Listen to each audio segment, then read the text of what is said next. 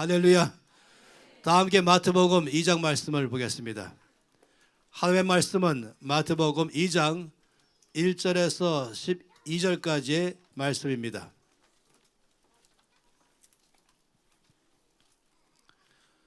이 장 1절부터 12절까지 말씀 함께 읽겠습니다.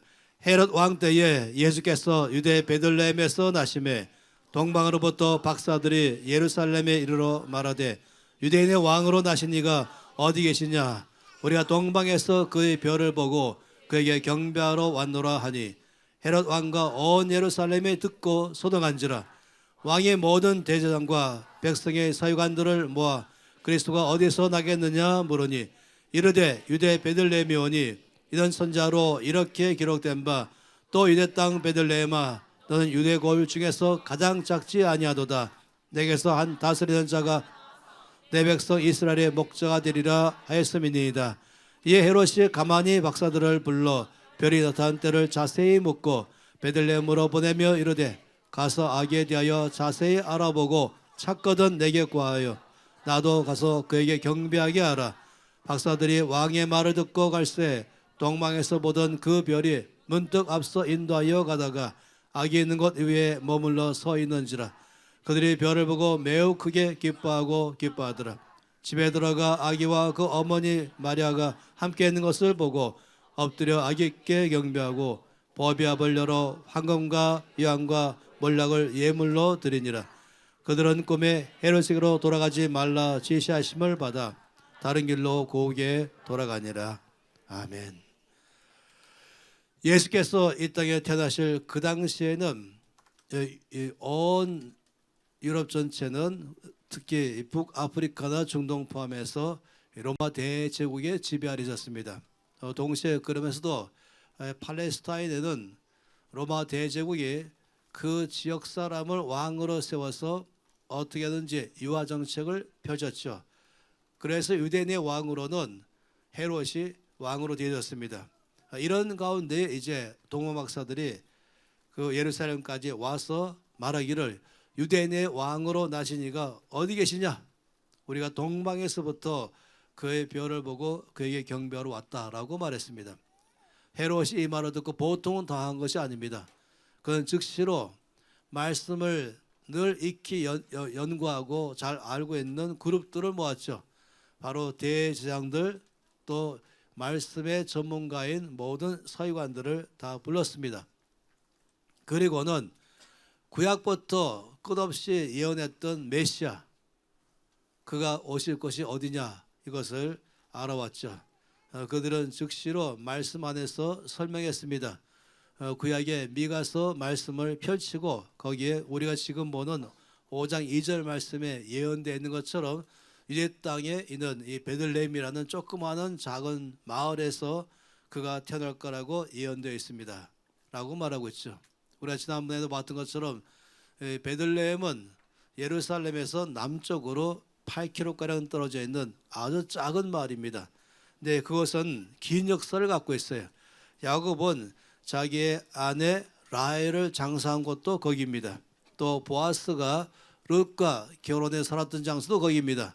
그리고 얼마 지나지 않아서 거기서 다윗 왕도 그 땅에서 태어났던 다윗의 고향이기도 한 것입니다.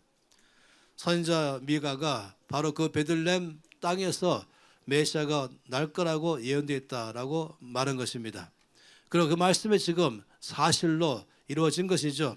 헤롯이 이때에 동방박사들을 가만히 불러서 별이 언제부터 나타났는지 그 때를 물어봤습니다.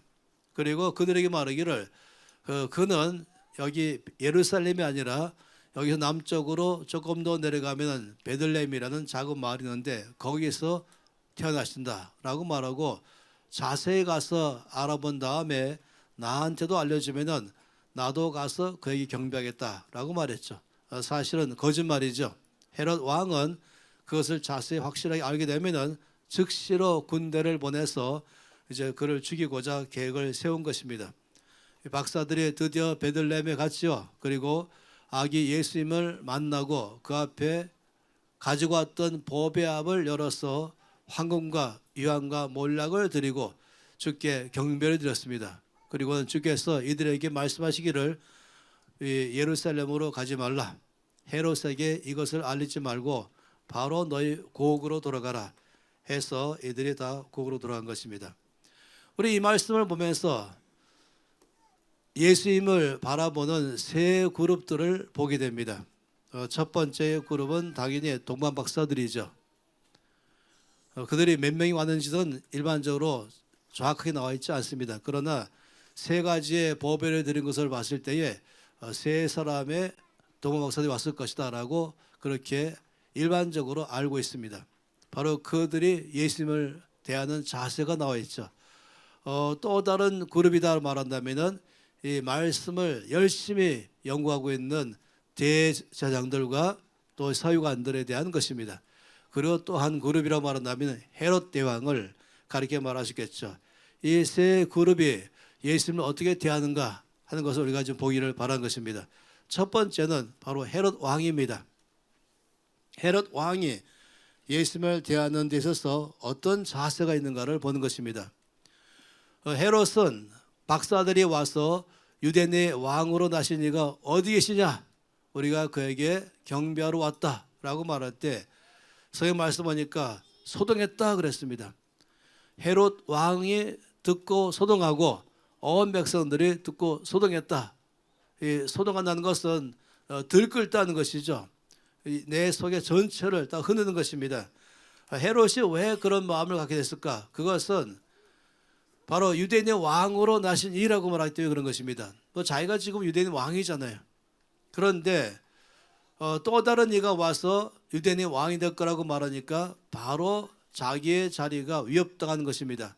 내가 지금 온 유대 전체의 왕인데 또 다른 이가 와서 유대인 왕이 된다면 나는 왕에서부터 쫓겨나게 될 것이다 하는 것이 헤롯의 마음이었어요. 그래서 헤롯은 예수 그리스도를 죽이고자 계획을 세웠던 것입니다. 나중에 이제 헤롯이 속을 줄 알았죠. 이 동방박사들이 자기한테 알리지 않고 떠났다는 사실을 나중에 알게 됐습니다. 그는 군대를 보냈죠. 그리고 베들레헴 땅에 남자아이들을 별이 나타나는 때를 잘 계산해서 2살 미만의 아이들을 다 죽였습니다. 엄청난 이 불행한 사건이 그때 일어났던 것이죠. 그러면서 예수님을 자기의 삶에서 제외시키고자 하는 그런 대표가 바로 이 헤롯 대왕인 것입니다. 저는 우리의 삶 가운데서 이 헤롯 같은 그런 사람들이 온 땅에 있다는 걸 아는 것이에요. 이 세상에는 헤롯 같은 사람들이 있는 것이죠. 다시 말하면 내 삶 가운데에 예수님이 오기를 거절하는 것입니다. 자, 그림을 그려봤어요. 이 그림이 보이나요? 이 그림은 바로 전체 나 인생의 삶, 이건 전체 나 인생의 삶의 바운더리죠. 나의 삶입니다. 내 삶에 의자가 있습니다. 그리고 의자에 앉아 있는 것이 바로 나입니다. 내가 왕이죠. 내가 내 삶의 주인입니다. 내가 결정하고 내가 행동하는 것입니다. 가고 싶은 대로 가고 하고 싶은 대로 하고 먹고 싶은 대로 먹고 계획도 자기가 원하는 대로 계획을 세우고 친구 관계나 돈 쓰는 것이나 이 땅의 삶을 사는 모든 전체가 내가 결정하는 것이에요. 그러니까 이런 사람은 내가 바로 나 인생의 주인인 것입니다. 내가 나 인생의 왕인 것입니다. 그래서 이런 사람은 예수님은 자기의 삶과는 전혀 관계없는 자기 삶의 밖에 있는 것입니다. 이 땅에는 이런 사람들이 지금도 있는 것이죠. 헤롯 같은 사람이 바로 대표적으로 그런 사람인 것입니다. 내 삶에 예수님이 오시는 것을 싫어하는 것이에요. 내 삶에 내가 앉은 이 자리에 내 대신 예수님이 앉는 것을 싫어하는 것이죠. 헤롯은 그 예수님을 자기 삶에서부터 접근하는 것을 철저하게 거절한 존재인 것입니다. 이 땅에는 헤롯 같은 사람들이 지금도 존재합니다. 예수님이 이 땅에 와 계시지만은 예수님을 자기 삶에 조금 더 들어오도록 허락하지 않는 것입니다. 내가 마음대로 결정하고 살아가는데 거기 예수님이 자기 삶에 이래라 저래라 하는 것을 싫어하는 것이죠. 근데 사실은 그렇게 해서 내 삶을 내 능력과 내 지혜와 내 힘과 내 노력으로 열심히 살아가면서 애를 쓰지만은 그래서 끝없이 실패 연속입니다. 불안의 삶, 염려의 삶, 근심의 삶, 분노의 삶. 잘 살아보려고 애를 쓰지만은 매번마다 문제만 연속되는 그런 삶을 살아가는 것이, 어찌 본다면 이런 사람의 삶에 대해서 표시한다면 이렇게 표시할 수 있겠죠. 복잡한 것이 하나도 제대로 되는 것이 없이 질서가 없는 것입니다. 친구 관계도, 돈 다루는 것도, 앞날의 삶을 계획하는 것도 내가 하는 일 가운데서 내 힘으로 살아보려고 하니까 얼마나 많이 힘듭니까? 이 사람을 끝없이 괴롭게 하는 것은 자기의 죄인 것입니다. 자기 과거의 죄가 끝없이 떨쳐버리려고 해봤지만 안 되는 것이에요.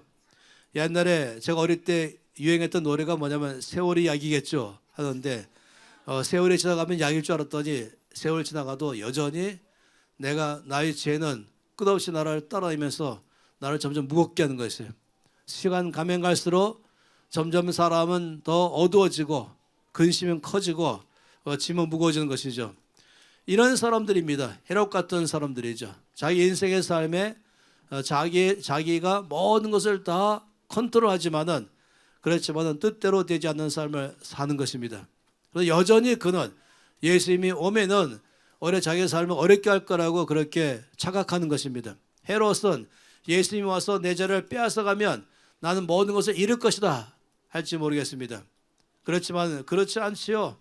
우리 아까 보았던, 우리 김희 장로님이 봤던 이사야서 9장 말씀에서 주께서 오시면 오히려 어둠에 있는 사람들을 빛 가운데로 이끌어 가시고 무거운 짐은 다 대신 짊어져서 우리를 가볍게 해주시고 갇혀있던 우리를 자유케 해주시고 모든 슬픔을 다 가져가시며 우리 갖고 있는 무거웠던 죄의 짐은 대신 짊어지고 십자가에 죽어서 우리를 모든 죄로부터 용서받고 용납받고 자유한 삶을 살게 하는 것, 끝없이 내가 그렇게 추구하던 행복과 기쁨과 즐거움은 주께서 나의 삶에 오심으로 나에게 다 주는 것입니다.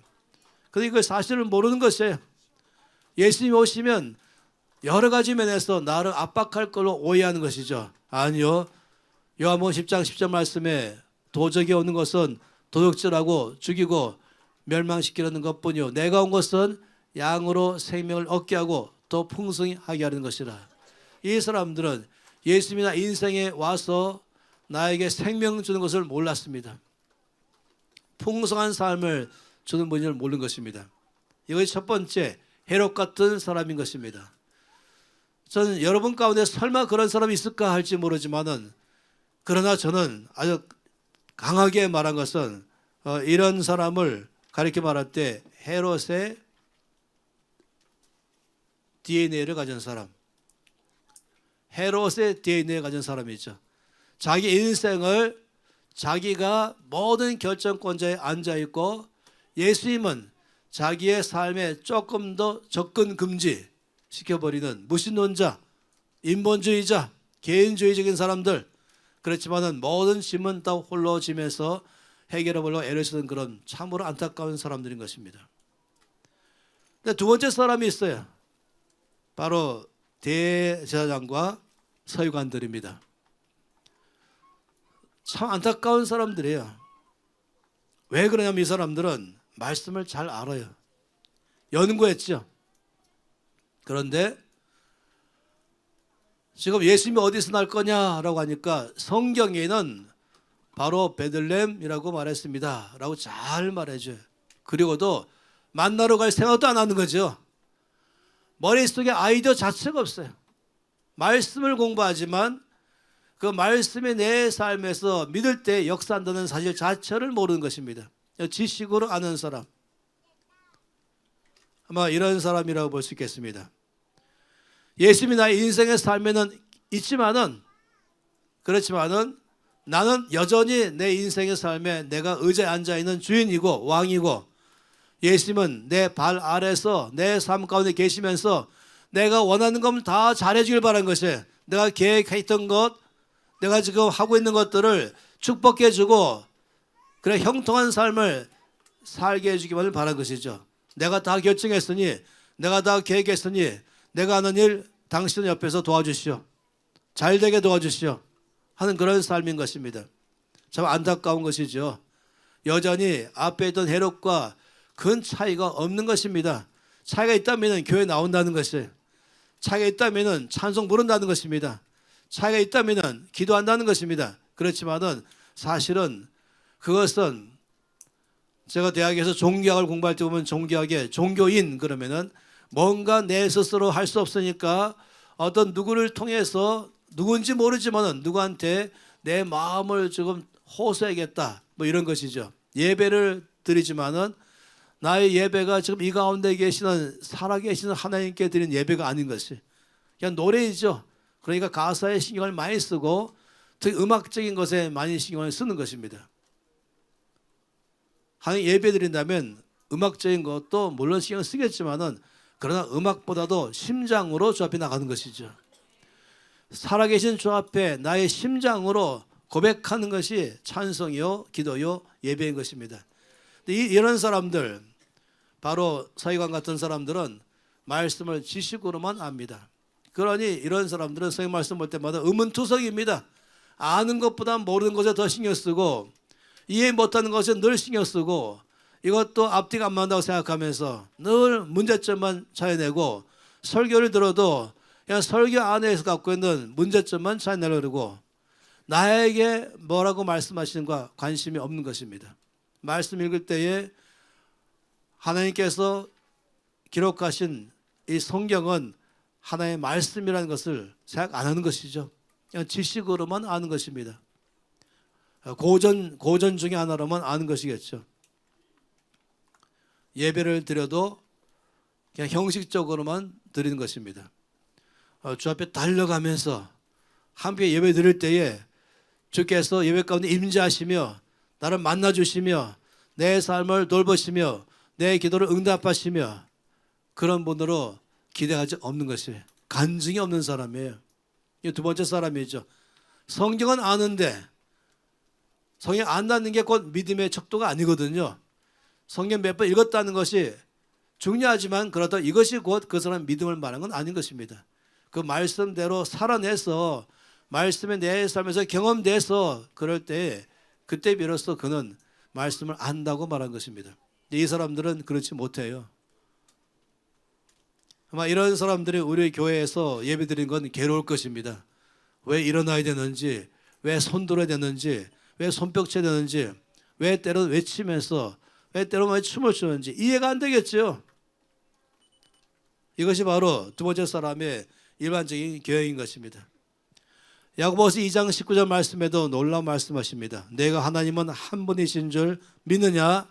잘하노다. 귀신들도 믿고 떠느니라. 허탄한 사람아, 행함이 없는 믿음이 헛것인 줄을 알고자 하느냐?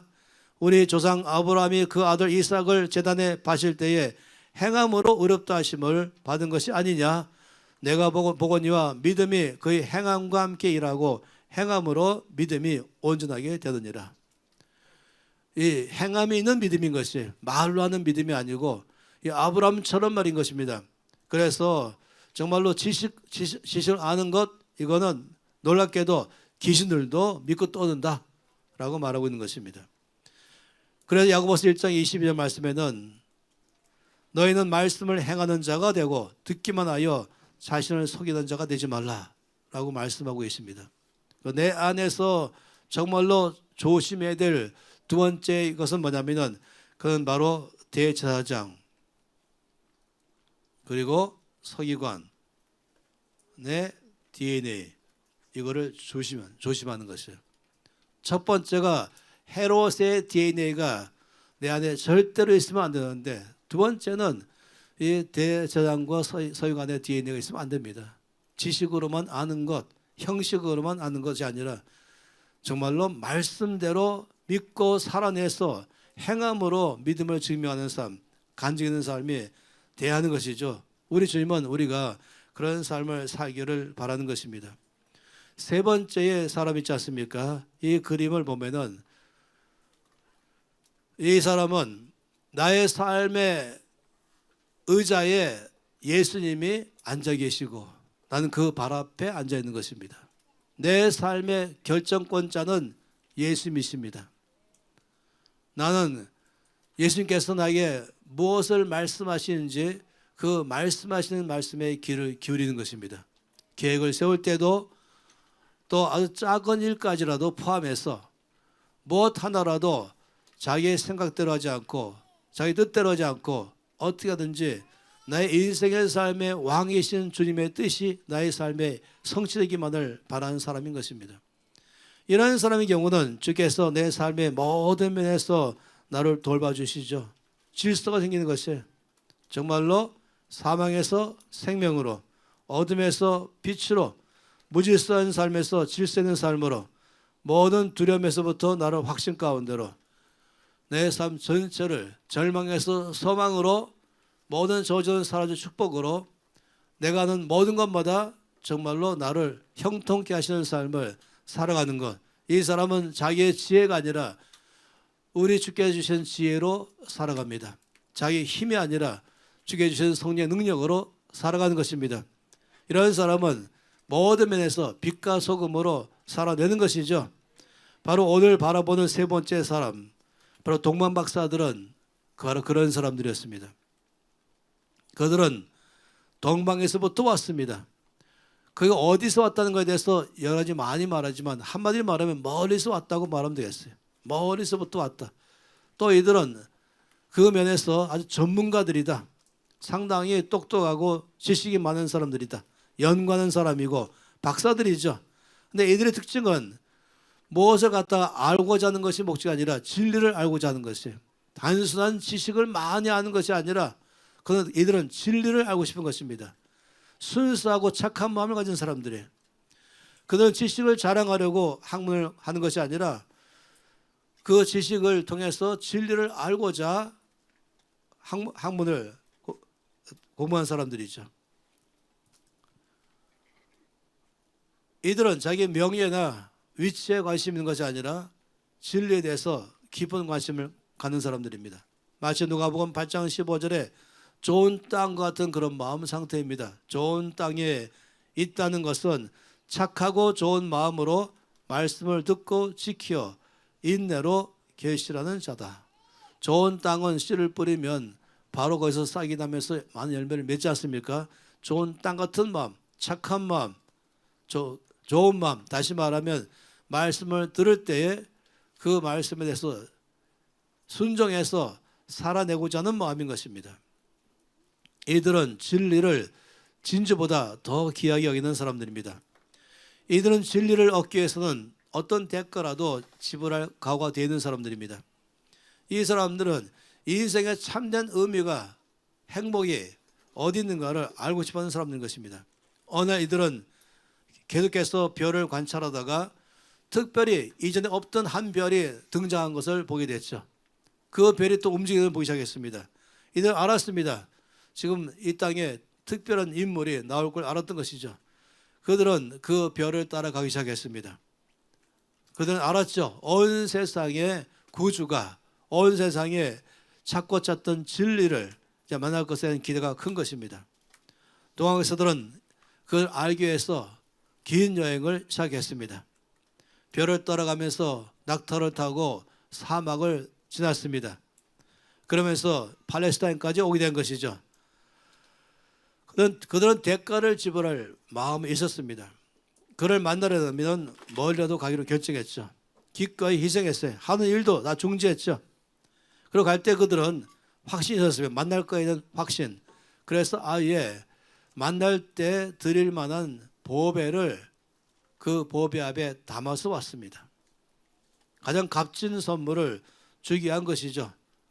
삶의 최우선순위를 갖고 왔던 것입니다. 그들은 드디어 바로 진리 되시는 예수님을 만났습니다. 그리고 한 것은 엎드려 경배했죠. 엎드려 경배하는 것은 최고의 존재에게만 하는 것입니다. 어떤 경우는 일어나서 맞이하거나 허리를 숙이거나 머리를 숙이면서 맞이하지만 그러나 오직 한 분, 온 땅의 왕이신 한 분에게만은 우리가 엎드려서 경배를 드린 것입니다. 엎드리고 무릎을 꿇고 그리고 이마를 땅에 대면서 이 세상에 그런 경배를 받을 만한 분은 오직 하나님 한 분이십니다. 하나님의 아들 예수님뿐이신 것입니다. 이 동학사들은 바로 예수께 와서 경배를 드렸습니다. 그리고 황금과 유황과 몰약을 드렸죠. 그 당시의 전통은 왕 앞으로 나갈 때는 황금을 드리는 게 전통입니다. 그렇기 때문에 이들은 그가 왕이심을 알았죠. 그래서 준비했던 것으로 최선을 다해서 그 앞에 드렸던 것입니다. 그래서 저는 이제 세 번째 보는 사람은 바로 이 동원 박사 같은 사람들이에요. 그래서 동방 박사의 뭐라고요? DNA. 우리가 갖고 싶은 DNA는 바로 이런 DNA인 것입니다. 우리가 오늘까지 오면서 이제 예수님이 오신 이 날을 우리가 기뻐하고 있지 않습니까? 이미 와 계신 분이시죠. 이미 오신 분이지만은 다시 이 특별한 날을 우리가 다 기억하면서 모여서 기뻐하며 경배해 드리는 것입니다. 오늘만 아니라 우리는 다음 주도 모이면 또 동일하게 이미 만났기 때문에 우리는 주 앞에서 경배합니다. 이런 동학사의 DNA, 말씀을 들었을 때는 그 말씀을 그대로 믿고 그 말씀에서 명하시는 대로 내 삶에서 어떤 대가를 지불하고라도 살아내기로 결정하는 사람들, 죽기 살기로 말씀대로 살아내는 사람들, 그래서 그 말씀을 경험하는 사람들, 예수님을 만나는 사람들, 예수님을 만나기 위해서라면 모든 것 다 제치고 이것을 최우선으로 두는 사람들, 예수 만나면 가장 귀한 것을 그 앞에 드릴 줄 아는 사람들, 예수 만나면 그 앞에 경배할 줄 아는 사람들, 바로 이것이 동학사의 DNA인 것입니다. 우리의 삶 가운데서 이 세 종류의 삶을 우리가 보게 되는 것이죠. 첫 번째 같은 사람, 헤롯 같은 DNA, 두 번째 같은 사람, 모간 사이간과 제사장 같은 DNA, 우리가 이런 DNA를 다 주의합니다. 경계합니다. 우리가 늘 취하는 것은 바로 세 번째입니다. 내 삶에 예수님은 왕이십니다. 여전히 왕이십니다. 내 삶의 결정권자는 오직 왕이신 예수님이십니다. 그래서 그 앞에, 발 앞에 우리가 늘 앉아서 나에게 말씀하신 대로 듣고 순종하는 삶을 살아내는 것입니다. 우리가 알지요. 예수님을 따라 말씀대로 살아갈 때에는 진정한 행복이 있는 걸 아는 것입니다. 그 삶을 따라갈 때는 그렇게 내가 원하고 원했던 모든 기쁨과 즐거움이 내 안에 있는 것입니다. 내 삶에 생명을 주게 하시죠. 풍성한 삶을 살게 하시죠. 그가 말씀하기를 내 염려를 주께 맡기라 말씀하실 때 언제든지 문제가 발생할 때마다 맡기면 대신해서 해결하셔서 문제 해결자가 되게 하십니다. 마치 가나의 혼인잔치의 가장 귀한 것, 필수품, 바로 포도주가 떨어졌을 때에는 마리아는 즉각적으로 이 문제를 가지고 예수님께로 갔던 것입니다. 왜냐하면 예수님이 이 문제 해결자이시거든요. 그리고 주께서 이 문제를 해결해 주셨죠. 그래서 그 전체 결혼식을 주관한 사람이 이렇게 좀 포도주를 남겨뒀냐 하면서 놀랬던 것입니다. 내 삶의 가장 중요한 것, 늘 주께서 해결하시는 분이십니다. 이 세 번째 삶을 사는 사람에게는 그런 삶을 경험하게 되는 것입니다. 그런데 놀라운 건 뭐냐면은 이 결혼식에서 말하기를 사람들은 처음에는 좋은 포도주를 내놓지만은 얼마큼 이제 포도주 마시면은 그 다음에는 이제 좀 질이 떨어진 걸 내놓는다. 근데 이 집에는 처음에 좋은 걸 내놨더니 나중에는 더 좋은 것을 내놨다. 이렇게 말했어요. 이것이 바로 예수님을 믿고 사는 삶인 것입니다. 예수 믿으면 너무 놀라운 것을 경험하는데 그 다음에 가면 갈수록 계속해서 더 놀라운 삶이 이어져 가는 것입니다. 처음에 좋았지만 다음에 더 좋은 것입니다. 그 다음에 더 좋은 것입니다. 이것이 바로 하나님 나라에 갖고 있는 풍요한 것이죠. 영어 중에서 그런 노래가 있어요. Sweeter and sweeter. 이 말은 뭐냐면 갈수록 더 감미로워진다. 갈수록 더 풍성해진다 라고 말한 것입니다. 이 동원 박사의 DNA를 가진 사람에게서 경험하는 삶인 것입니다. 우리 모두는 예수님을 나의 삶의 왕으로 이미 모셔드렸습니다. 이 세 번째 사람이 바로 나의 삶인 것입니다. 기꺼이 그의 발 앞에 늘 무릎 꿇고 앉아서 주께서 나에게 말씀하시는 음성에 늘 귀를 기울인 사람들입니다. 주께서 우리의 삶을 붙들고 계시고 우리의 삶을 이끄시며 우리의 삶에 주께서 모든 풍성한 삶으로 이끌어 계신 것입니다. 1년 중에서 절기가 많이 있지 않습니까? 가령 처음에 6월절이 있죠. 1월 달에. 그 다음 부활절이 있죠. 그 다음에는 또 첫 열매를 맺는 절기가 또 있죠. 그리고는 맨 마지막으로 이 추석이 있는 것, 다시 말하면 초막절이 있습니다.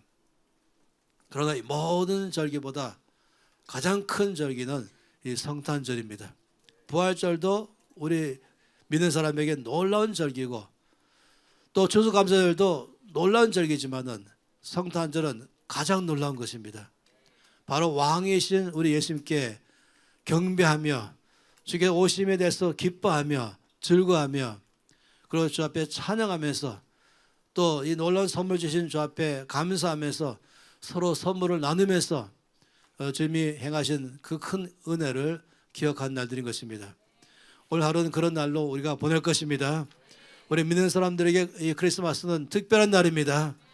나의 인생의 왕이신 주님 앞에 경배드리며 다시 고백한 날 될 줄을 믿습니다.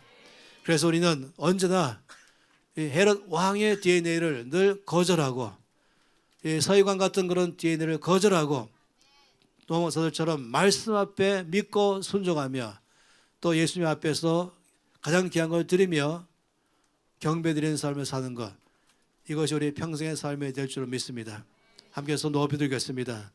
주 앞에 이 시간에 기도하면서 지금 제 속에서는 이 헤롯 왕의 DNA를 항상 거절합니다. 또 서기관의 DNA도 거절합니다. 우리는 박사들처럼 그런 DNA를 취하겠습니다. 말씀을 들을 때에 순종할 각오를 가지며 나아갑니다. 주 앞에 나갈 때마다는 내 인생의 왕이신 주 앞에 나갑니다. 그 말씀에 순종할 때마다 내 삶을 이끄시는 놀라운 주 앞에 나갑니다. 나갈 때마다 가장 귀한 것 들며 나갑니다. 날마다 내 인생의 삶에 가장 귀한 분은 예수님밖에 없습니다. 오늘 바로 그런 날을 다시 한번 기억합니다. 주님 감사합니다. 이때 오심을 감사합니다. 주님 내 삶의 왕으로 계심을 감사합니다. 예수님 당신 나의 삶의 왕이십니다. 내 삶을 다스리시는 분이십니다. 순종하는 삶을 살겠습니다. 경배한 삶을 살겠습니다. 다 함께 통성으로 기도하시겠습니다. 아버지의 삶으로 감사합니다. 내 매일의 삶 가운데서 헤롯 왕의 DNA를 거절합니다. 나 중심의 삶을 거절합니다. 서기관들처럼 종교적인 삶을 거절합니다. 오직 박사들처럼 말씀을 사모하며 말씀에 귀를 기울이며 말씀 듣고 순종하며 살아내는 삶을 살아내겠습니다. 예수님은 나의 삶의 왕이십니다. 내 인생의 의자에 예수님 앉아 계십니다. 주께서 결정권자이십니다. 어떤 것인지 왕이신 주의 뜻대로 결정하시고 다스리시옵소서. 내 앞날의 계획이나 관계나 모든 삶에 예수님만이 결정권자이십니다. 순종하며 살겠습니다. 경배하며 살겠습니다. 주의 높은 삶으로 살아내겠습니다. 예수님은 우리 삶의 왕이십니다. 나의 인생의 삶의 의자의 결정권자는 바로 예수님이십니다.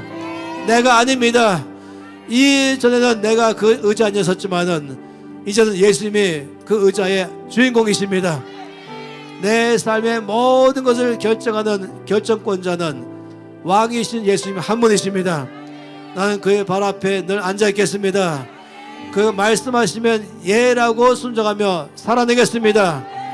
늘 순종할 마음 가지고 말씀을 대하겠습니다. 가장 귀한 것으로 늘 주 앞에 나가겠습니다. 경배하며 나갑니다. 주님 찬양 받으시옵소서. 내 삶 전체 가운데 찬송 받으시옵소서. 우리에게 전체 왕이신 주님을 찬양합니다. 이 나라의 왕이신 주님을 찬양합니다. 우리 가정의 왕이신 주님을 찬양합니다. 온 열방의 왕이신 주님을 찬양합니다. 주님 늘 찬송 받아 주시옵소서. 주님을 의지하는 자마다 붙드시고 주의 말씀에 순종하는 자마다 주께서 형통케 하심을 감사합니다. 모든 근심과 두려움을 다 제거하시며 주께서 확신과 평강으로 충만케 하심을 감사합니다. 나의 삶을 붙드심으로 형통한 자의 삶, 성공자의 삶으로 우리를 이끄시는 주님을 찬양합니다. 아버지 영광받아 주시옵소서. 예수님 찬송을 받으시옵소서. 주 예수 이름으로 기도합니다. 아멘.